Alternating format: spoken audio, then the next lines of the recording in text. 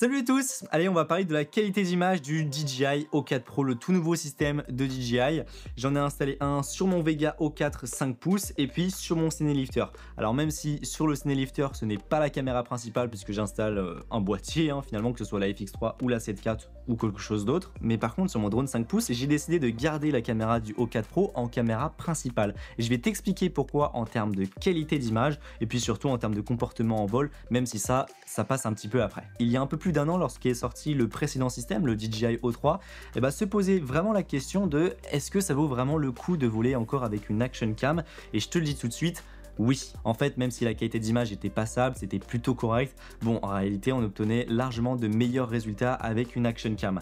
Et c'est pour ça que j'ai continué à voler avec une action cam. Mais par contre, avec ce O4 Pro, là pour le coup la question se pose vraiment parce que non seulement on a du D-Log M, on a une profondeur en 10 bits, on peut faire de la 4K 120 sans crop et pour le coup je te le dis d'avance, la qualité elle est vraiment bonne. Et donc je me suis vraiment posé la question si est-ce qu'on pouvait avoir mieux avec une action cam type GoPro 13, Ace Pro 2 ou la dernière Action 5. Au tout début, il y a quelques mois quand j'ai reçu le O4 Pro, j'avais acheté en même temps la Insta360 Ace Pro 2 qui me semblait vraiment la top du top en termes de qualité d'image. Mais bon, en réalité, je te le dis, c'était un petit peu du bullshit.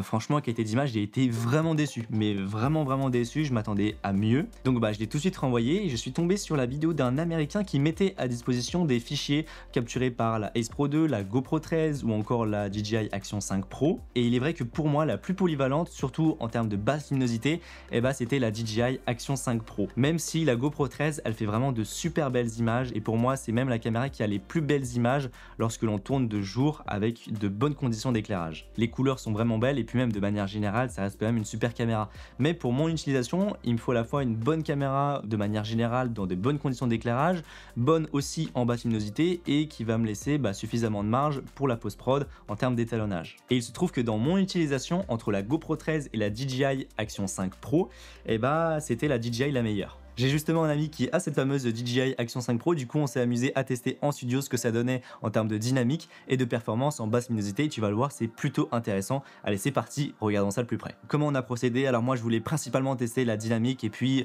entre autres les performances en basse luminosité, donc j'ai vraiment fait une scène de manière à voir qu'est-ce que ça allait donner en termes de dynamique. Et puis après j'ai mis de l'éclairage LED RGB à droite à gauche pour avoir des dégradés de couleurs, j'ai mis mon color checker, ici j'ai une petite mire pour voir ce que ça donne aussi en termes de niveau de détail, de netteté. Et puis après les réglages caméra, j'ai appliqué exactement la même chose comme si j'allais faire un vol en FPV.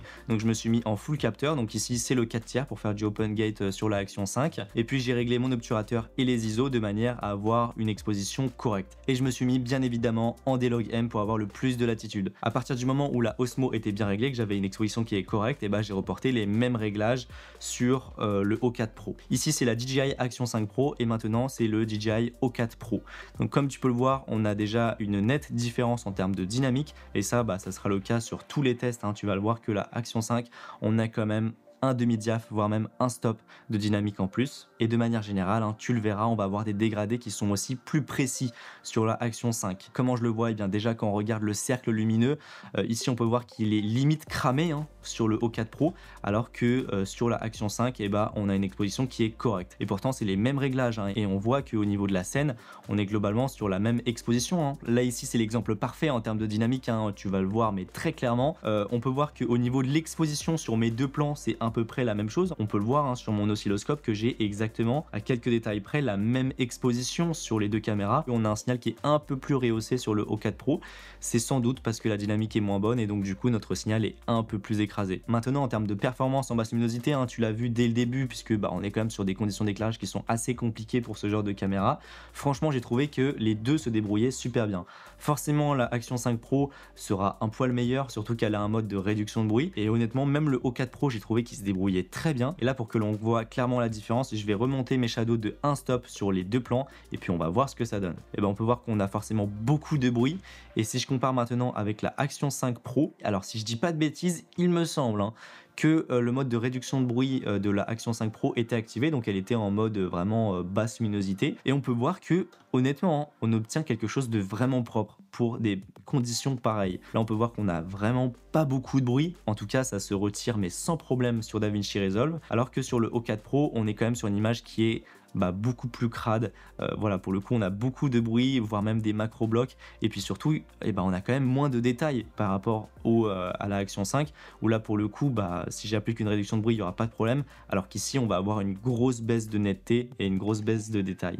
Sinon, en termes de niveau de détail, en termes de netteté de l'image en elle-même, de manière générale, j'ai trouvé que c'était la même chose sur les deux caméras. Là, on n'est pas du tout à 3200 ISO, il me semble qu'on était à 200, 400, je sais plus, mais de souvenir, c'était dans ces eaux-là. Honnêtement, on est globalement sur la même chose sur les deux caméras. Donc comme tu l'as vu, les différences, elles sont pas énormes et en réalité, c'est surtout la dynamique qui va jouer. Maintenant, bon, j'ai pas pu utiliser la Action 5 Pro en conditions réelles, mais par contre le O4 Pro, oui. Et bon, de manière générale, j'ai trouvé que la qualité d'image, elle était vraiment bonne, quoi. Et puis même sur de la 4K 120, ça c'est de la 4K 120, non seulement on n'a pas de crop par rapport à d'autres caméras qui crop en 4K 120, et puis surtout, bah je sais pas, on a quand même une image qui est vraiment clean, tu vois, là je suis sur un 32 pouces, honnêtement pour une action cam, bah je trouve ça vraiment bon. Pour la plupart des productions, je pense que ça conviendra, mais amplement. Si je fais un arrêt sur image ici par exemple, donc là on peut voir que j'avais vraiment fait mon exposition de manière à ce que, bah voilà, il y ait juste le soleil qui soit cramé, mais ça c'est normal, surtout sur une caméra comme celle-ci. Bah on peut voir que quand je vais jouer avec mes courbes, franchement on arrive à récupérer quand même beaucoup d'informations. Alors après forcément tu auras beaucoup moins de latitude par rapport à un boîtier, mais voilà, tu arrives à faire beaucoup de choses et en tout cas honnêtement de toutes les action cam que j'ai testées, et bah le O4 Pro c'est la meilleure. Et puis après bah forcément si tu prends une Action 5, bah ça peut que être mieux. Le gros avantage du O4 Pro c'est que effectivement là il est monté sur un 5 pouces, donc j'aurais la possibilité en soi de mettre une action cam, mais bah le O4 Pro, tu peux le mettre sur un Cinehoop, sur de tout petits drones, et donc du coup ça permet vraiment d'avoir une qualité d'image de ouf que jamais on aurait pu avoir avant sur des drones aussi compacts. Le deuxième avantage d'utiliser le O4 Pro comme caméra principale, en plus du fait que bah voilà, t'as pas besoin de t'embêter avec une action cam en plus, et bah forcément t'as un drone qui est plus léger, donc forcément t'as une meilleure autonomie, il sera plus réactif. Et si tu crashes ou tu viens à casser du matériel, et bah t'as une caméra en moins quoi, donc ça fait mine de rien 400, 300 € en moins. Par contre pour une utilisation professionnelle, que ce soit pour du backup ou si vraiment tu veux le top du top en termes de color science, il est vrai que les GoPro restent quand même très bonnes. J'aime beaucoup les images GoPro, mais enfin voilà, si t'es fort en étalonnage, voilà, tu maîtrises très bien la page de DaVinci par exemple, il n'y a aucune raison pour moi d'utiliser une GoPro. Voilà, tu seras très bien avec le O4 Pro. Bon et bien voilà, je te mets bien sûr tous les liens dans la description si tu veux en savoir plus, que ce soit sur le O4 Pro, la GoPro 13, la Action 5, les trois ce sont de super caméras, à toi de faire ton choix. J'ai fait 2 vidéos sur le montage complet de mes 2 drones, que ce soit ce Vega O4 en 5 pouces ou mon Cinelifter. Je te mets pareil les liens dans la description. Si cette vidéo t'a plu, n'hésite pas à mettre un pouce bleu, à t'abonner pour en voir plus, à me suivre sur Instagram. Et puis bah sur ce, on se retrouve pour une prochaine vidéo. Allez, salut!